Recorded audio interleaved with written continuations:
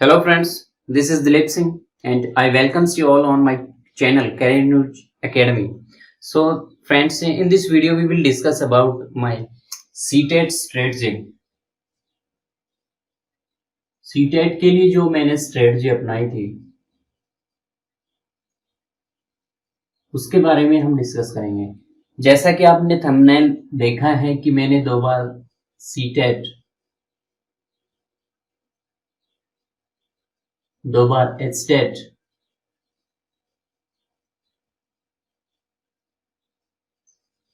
Writ एक बार writ एक बार RTET, ये सब एग्जाम्स जो टीचर एलिजिबिलिटी एग्जाम्स माने जाते हैं ये हमारा CBSE के द्वारा कंडक्ट किया जाता है। ओके, ये हमारे हरियाणा बोर्ड के द्वारा जो टीचर्स को सिलेक्शन के लिए कराए जाते हैं और ये राजस्थान के द्वारा कराए जाते हैं। सो फ्रेंड्स, इस वीडियो में मैं ये नहीं बता रहा कि मैंने क्या किया, लेकिन मैं ये इंफॉर्मेशन देना चाहता हूँ कि जो बच्चे ये कह रहे हैं कि CTET क्या कोचिंग के बगैर नहीं हो सकता, क्या उसमें कोचिंग की जरूरत है, तो मैं ये शो करना चाह रहा हूँ कि जो ये मैंने एग्जाम्स क्लियर किए हैं वो सब बगैर कोचिंग के ही किए हैं। ओके, इसके लिए मैंने कोई कोचिंग नहीं ली है, इसके लिए मैंने सिर्फ अपनी सेल्फ स्टडी और जो प्रॉपर स्ट्रेटजी थी उसको अपनाया है। ओके, सो इस वीडियो में हम इसी बारे में डिस्कस करने वाले हैं। सबसे पहले हम जिन फैक्टर्स पे काम करेंगे वो क्या है? Determination, time management, strategy and regularity, punctuality. किसी भी काम को करने से पहले हमारे पास ये 4 जो फैक्टर्स होते हैं वो हमारे स्ट्रॉन्ग होने चाहिए। तो सबसे पहले क्या होता है? डिटर्मिनेशन। अगर हमने अपना निश्चय बनाया है कि मैंने CTET को क्लियर करना है तो हम उसी डिटर्मिनेशन को अपना स्ट्रॉन्ग रखेंगे। ये नहीं कि मैं CTET करना चाहता हूँ, हो जाएगा, मैंने प्रिपरेशन की है, देख लेंगे, ये सब जब हमारे दिमाग में आने लग जाता है तो हमारा डिटर्मिनेशन वाला फैक्टर कमजोर पड़ जाता है।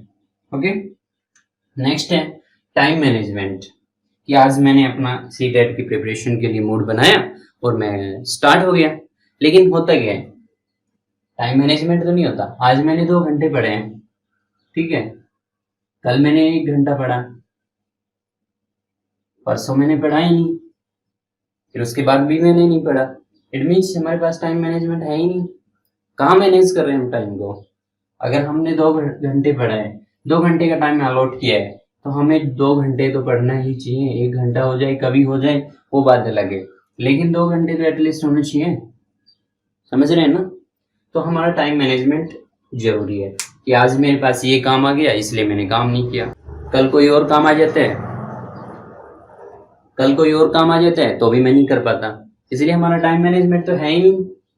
ओके, तो टाइम मैनेजमेंट भी जरूरी होता है। Second is strategy.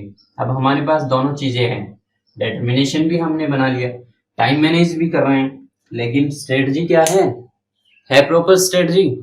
अगर स्ट्रेटजी नहीं है तो हम फिर किसी भी वे से किसी तरह भी सक्सेस नहीं ले सकते। CTET तो क्या, फिर हम कोई भी एग्जाम क्लियर नहीं कर सकते हैं। स्ट्रेटजी का होना जरूरी है, क्योंकि अंधेरे में तीर चलाने का मतलब ये है कि हमारा निशाना लग भी सकता है, नहीं भी लग सकता, इसलिए अंधेरे में तीर चलाने की बजाय प्रॉपर स्ट्रेटजी होना जरूरी है। हमें स्ट्रेटजी का पता है, मान लीजिए हमें कहीं जाना है, ओके, ये हमारा फोकस है।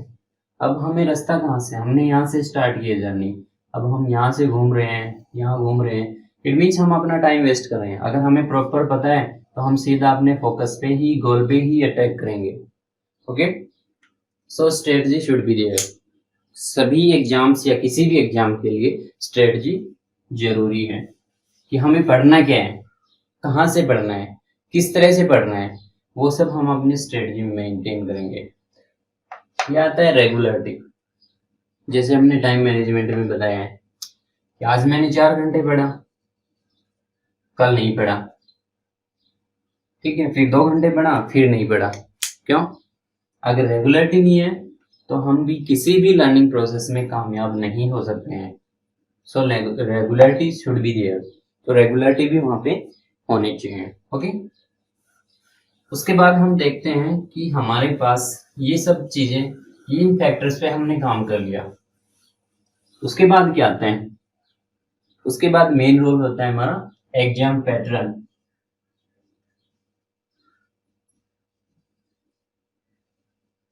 Plus syllabus. एग्जाम पैटर्न क्या है, सिलेबस क्या है, इसके बारे में हमें पता होना चाहिए। अगर हमें यही नहीं पता कि एग्जाम में क्या आने वाला है, प्रिपरेशन किसकी करेंगे, नहीं हो सकती। उसके बाद सिलेबस क्या है, अगर हमें पता है, अब मान लीजिए सीटेट के अंदर कौन कौन से सब्जेक्ट्स आते हैं, हिंदी आती है, इंग्लिश आती है, मैथ्स, ईवीएस एंड साइकोलॉजी, ये सिलेबस के अंदर है हमारे। अब हम सिलेबस में ये सब छोड़ के किसी और के पीछे पड़े हुए हैं, ठीक है। हिंदी में क्या आना है नहीं पता है हमें, हिंदी में आने हैं पैराग्राफ और हम करने जा रहे हैं कुछ और। तो बगैर पैटर्न, एग्जाम पैटर्न के और सिलेबस के हम किसी भी एग्जाम में बैठ नहीं सकते। अगर बैठेंगे तो उसमें हम सक्सेस नहीं हो सकते। इसीलिए हमें एग्जाम पैटर्न का भी पता होना चाहिए और सिलेबस का भी पता होना चाहिए। ओके तो पहले हम एग्जाम पैटर्न के बारे में देख लेते हैं कि किस तरह से एग्जाम पैटर्न होता है, क्या होता है। सिलेबस में वही है, हिंदी है,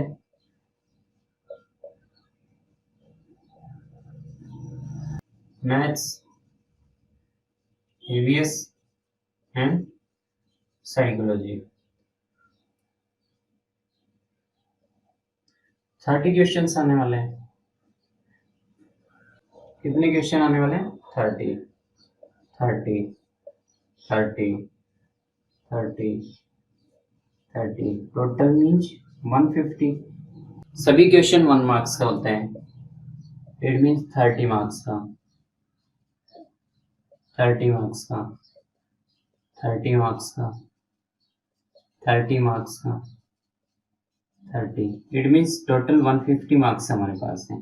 ओके अब इसमें आएगा क्या, इसमें क्या आता है, 15 टेक्सचुअल नॉलेज देखी जाती है, प्लस 15 एजुकेशनल साइकोलॉजी होती है। ओके सभी में यही पैटर्न होता है, 15 की टेक्सचुअल नॉलेज होगी, 15 की एजुकेशनल साइकोलॉजी होगी। ओके सभी के अंदर यही होता है। इसके अंदर क्या होता है कि जो एजुकेशनल साइकोलॉजी हमारी, उसके अंदर क्या टेस्ट किया जाता है, इसमें हम जो एग्जामिनर है या फिर जो हमारा सीटेट वाला एग्जाम है वो क्या टेस्ट करता है कैंडिडेट की, कि हम इन सब्जेक्ट्स को किसी भी क्लास के अंदर किन मेथड से इंटरेस्टिंग वे में हम इनको पढ़ा सकते हैं, किस तरह से हम बच्चों को इनको सिखा सकते हैं, किस सिचुएशन में हमें कैसे रिएक्ट करना है। ओके क्लासरूम को कंट्रोल कैसे करना है, किसी बच्चे के अंदर कोई स्पेसिफिक डिसेबिलिटी है तो उसको कैसे ओवरकम करना है। तो ये सब हम हमारा जो है इस पार्ट के द्वारा टेस्ट किया जाता है। ओके सो जो ये वाली नॉलेज है ये हमारी स्टैटिक नॉलेज में से है, जो कि हिंदी से रिलेटेड है। इसके अंदर पैराग्राफ आता है, 15 मार्क्स के अंदर क्या आएगा, ये जो 15 मार्क्स है टेक्सचुअल नॉलेज के, उसके अंदर पैराग्राफ पूछते हैं। ठीक है कुछ क्वेश्चंस आते हैं हिंदी ग्रामर से भी आते हैं, हिंदी व्याकरण से, जैसे संधि हो गया, समास हो गया, उनमें से एक एक क्वेश्चंस भी यहाँ से पुट किए जा सकते हैं। लेकिन जो मेन रोल होता है वो क्या होता है, पैराग्राफ का होता है। ओके इसी तरह इंग्लिश के अंदर इसमें भी 15 मार्क्स के पैराग्राफ आते हैं, और जो ग्रामर होती है उसका हल्का सा पोर्शन आता है। नॉर्मल ग्रामर आती है, ज्यादा हैवी या फिर बहुत ही ज्यादा उसमें नहीं कह सकते हम, लेकिन इस तरह से नॉलेज, इतनी नॉलेज होनी चाहिए जो एक 10th स्टैंडर्ड के जो बुक्स का लेवल होता है उस लेवल की नॉलेज इस बंदे को होनी चाहिए जो शीट हेड के अंदर बैठ रहा है। ओके सो ये था हमारा पैटर्न। Okay syllabus. नेक्स्ट है कि हम बुक्स के लिए क्या करें। मैंने कौन कौन सी बुक्स ऐसी थी जो पढ़ी थी जिससे हमने ये क्लियर किया है एग्जाम। नेक्स्ट आता है बुक्स के लिए। बुक्स क्या कौन कौन सी होनी चाहिए। अब हिंदी के लिए कौन सी बुक होनी चाहिए? Hindi, English, maths, EVS and psychology.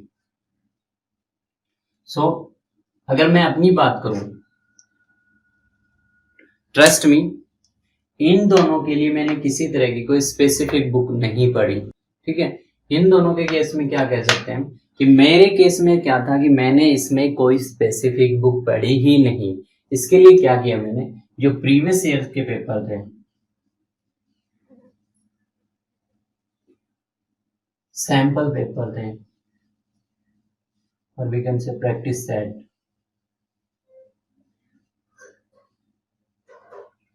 इनको रिवाइज किया। ठीक, तो पूछे जो एग्जाम्स हुए थे उनके सैंपल पेपर्स को उठाया मैंने, और जो प्रैक्टिस सेट था वो लेके आया, और उन्हीं में से मैंने इनकी प्रैक्टिस की। जो हिंदी के कुछ स्पेसिफिक टॉपिक्स थे, जो स्पेसिफिक टॉपिक्स थे वो क्या थे, समास थे, संधि थे, वो 8th और 10th स्टैंडर्ड की जो ग्रामर होती है,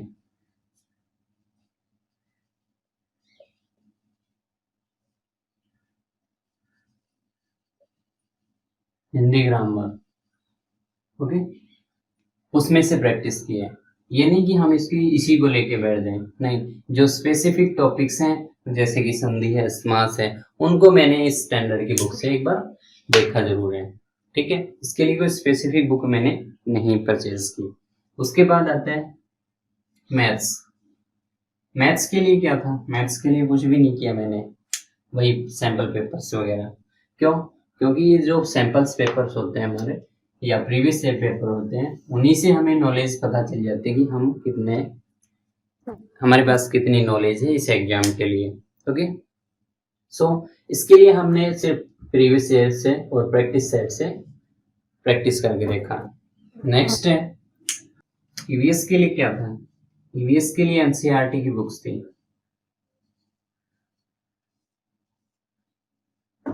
मेन रोल था इनका एनसीईआरटी बुक्स का। ओके, नेक्स्ट है जो प्रीवियस ईयर पेपर थे,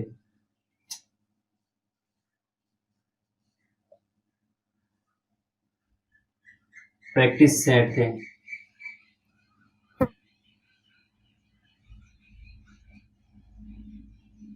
इनका मेन रोल था। ठीक है, इसके अलावा मैंने कोई एक्स्ट्रा मैटर यहाँ से नहीं लिया। और जो आता है नेक्स्ट आता है साइकोलॉजी की बात करें, तो साइकोलॉजी में मेरी जो डीएड की बुक्स थी उनका बहुत ज़्यादा रोल था। उसके साथ एक नोट्स थे मेरे पास, उनको पढ़ा। हाँ, अब ये थी मेरे केस की बात।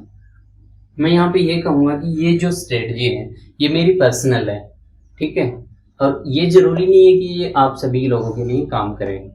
हाँ, किसी के लिए काम कर सकती है, क्योंकि मैं साइंस बैकग्राउंड से था, इसलिए ईवीएस और मैथ्स में मेरे पास कोई प्रॉब्लम नहीं थी। ठीक है, साइकोलॉजी का मैंने डीएड की बुक्स से जो पढ़ा था उनको अच्छे से कवर किया, और जो नोट्स थे उनको अच्छे से कवर किया, हो गया काम। नेक्स्ट आता है, अगर हम किसी स्पेसिफिक बंदे की बात कर रहे हैं कि अब कहें कि सर रिकमेंडेशन क्या होंगी इनके लिए बुक्स की, तो वो मैं बता देता हूँ आपको कि आपको क्या क्या पढ़ना चाहिए।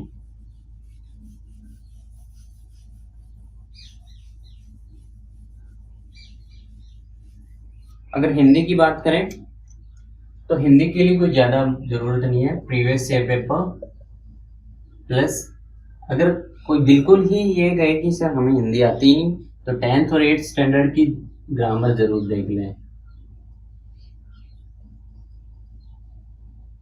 और वो भी स्पेसिफिक टॉपिक्स। जब हम इसको पढ़ेंगे, कवर करेंगे जो प्रीवियस ईयर पेपर है, तो उसमें हमें स्पेसिफिक टॉपिक्स लिखेंगे, जो दिखेंगे उनको नोट डाउन करेंगे।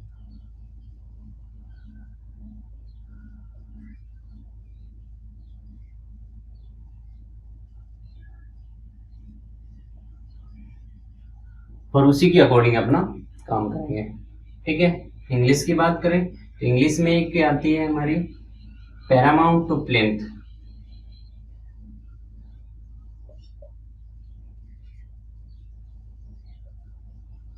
बहुत अच्छी बुक है इंग्लिश की, हर कॉम्पिटिटिव एग्जाम्स को ये कर सकती है, लेकिन ये बहुत ही डीप में है। आपको ये नहीं कि आप इसकी बिल्कुल लाइन टू लाइन पढ़ें। इसी तरह प्रीवियस ईयर्स के पेपर उठाएंगे, जो स्पेसिफिक टॉपिक्स होंगे उसको नोट करेंगे और उन टॉपिक्स को इसमें से कवर करेंगे। ठीक है, नेक्स्ट आता है मैथ्स। मैथ्स का आपको 6 स्टैंडर्ड 5th 6th 7th जो स्टैंडर्ड्स की बुक है एनसीईआरटी की, वो एक बार तो जरूर देखनी चाहिए। और ये कहें कि एनसीईआरटी की 3rd to 6th बुक्स देख लें तो दी बेस्ट है। एनसीईआरटी की 3rd to 6th की जो बुक्स हैं वो एक बार देखें, उनमें से अच्छे से रिवाइज करें, उनके नोट्स बना लें और साथ में प्रीवियस ईयर्स के पेपर देखें। ओके, ये आपके लिए मोर देन सफिशिएंट रहेगा, इससे बाहर कुछ नहीं आने वाला है। अगर प्रीवियस ईयर्स के पेपर्स को आपने अच्छे से देख लिया, 3rd to 6th एनसीईआरटी को अच्छे से कवर कर लिया, तो इससे बाहर कुछ नहीं आने वाला। नेक्स्ट आता है ईवीएस की। तो ईवीएस की बात करें तो एनसीईआरटी की बुक्स पढ़ेंगे, कौन से 3rd to 5th, ये बुक्स तो होती हैं। जो एनसीईआरटी की बुक्स हैं वो हमारा बेस बनाएंगे। कई बार इसमें से क्वेश्चन एज इट इज आके उठा के यहाँ पे आ जाते हैं। ओके, सो एनसीईआरटी की बुक्स पढ़ेंगे प्लस में प्रीवियस ईयर्स पेपर्स, ये वाली चीज तो हमारे पास होनी ही चाहिए। प्रीवियस ईयर्स के पेपर्स आपको देखना ही देखना है अगर आप इस एग्जाम को क्लियर करना चाहते हैं, क्योंकि यहाँ से आपको टॉपिक्स जो स्पेसिफिक टॉपिक्स हैं उनका आइडिया मिलेगा, आपको ये भी पता चलेगा कि आपको पढ़ना क्या है। ठीक है, क्या नहीं पढ़ना है वो भी आपको पता चलेगा। साइकोलॉजी की है तो सबसे पहले तो हम डीएड वाली बुक्स की बात करेंगे। अगर हमने डीएड की बुक्स पढ़ी है तो और साइकोलॉजी के लिए यहाँ भागने की जरूरत नहीं है। ठीक है, ज़्यादा डीप में जाना चाहते हैं तो एक विले नाम से विले पब्लिशर की बुक आती है।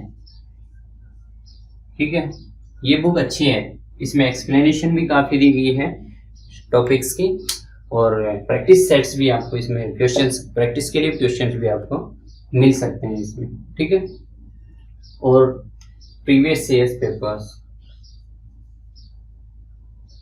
जहां से भी प्रीवियस ईयर्स पेपर मिले वहां से साइकोलॉजी वाला पोर्शन आपको करना चाहिए, चाहे वो सीटेट का हो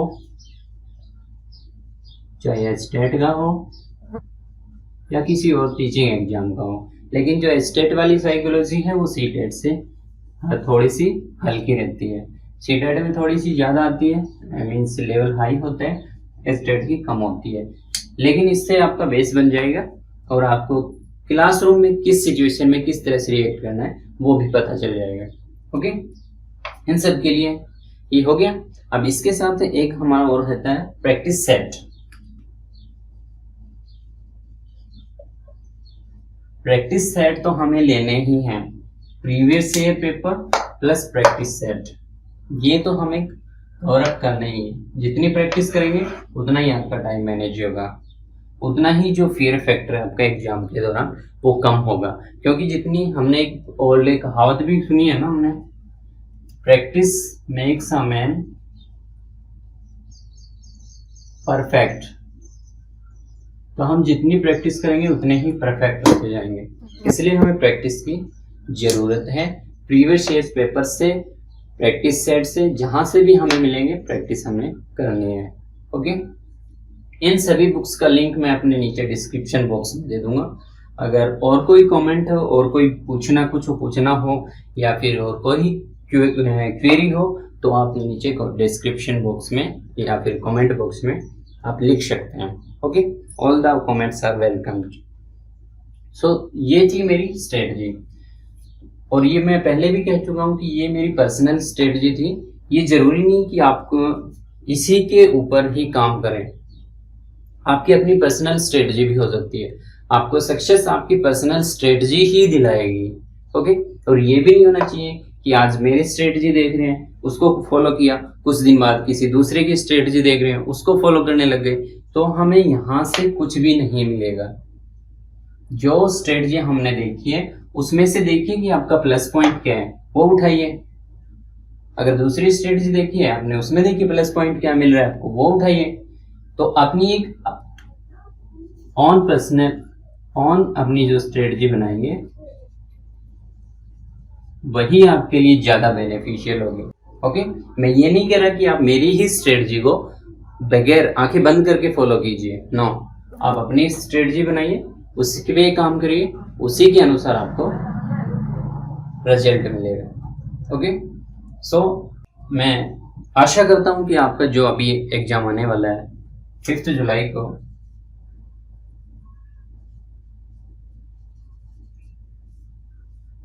वो आप सभी का क्लियर हो। ओके, सो इस वीडियो में आज के लिए इतना ही, और आगे हम अपनी इस वीडियो के अंदर और क्लासेस लाने वाले हैं, जिसके अंदर हम क्या पढ़ेंगे, कंप्लीट साइकोलॉजी। अगर आप हमारे चैनल पे विजिट करते हैं तो वहाँ पे देखिए जो हमारी ये है एनवायरमेंट वाला पोर्शन है, उसमें 3rd से लेकर 5th तक की सभी क्लासेस की वीडियो डली गई है। ठीक है, जो हमारी एनवायरमेंट वाला पोर्शन है उसमें 3rd से लेके 5th तक के जो क्लास है उनकी ईवीएस की वीडियो डाली गई है। ओके, अभी जो हमारी नेक्स्ट सीरीज आएगी वो ईवीएस, कंप्लीट ईवीएस की जो एनसीईआरटी की बुक्स हैं उनमें से बनेगी। ठीक है, जो जो इम्पोर्टेंट नोट्स हैं वो हम अपने वीडियो के द्वारा आप लोगों को तक पहुंचाएंगे। तो इस वीडियो में आज के लिए इतना ही। आगे हम अपनी नेक्स्ट क्लासेस इंग्लिश के लिए भी, मैथ्स के लिए भी, और साइकोलॉजी के लिए, हिंदी इंग्लिश सभी के लिए टेस्ट सीरीज भी लेके आएंगे, और जो वीडियोस हैं वो भी लाएंगे। ठीक है, पहले हम वीडियोस वाली सीरीज स्टार्ट करेंगे, उसके बाद टेस्ट सीरीज। ओके, इस वीडियो में आज के लिए इतना ही। Thank you.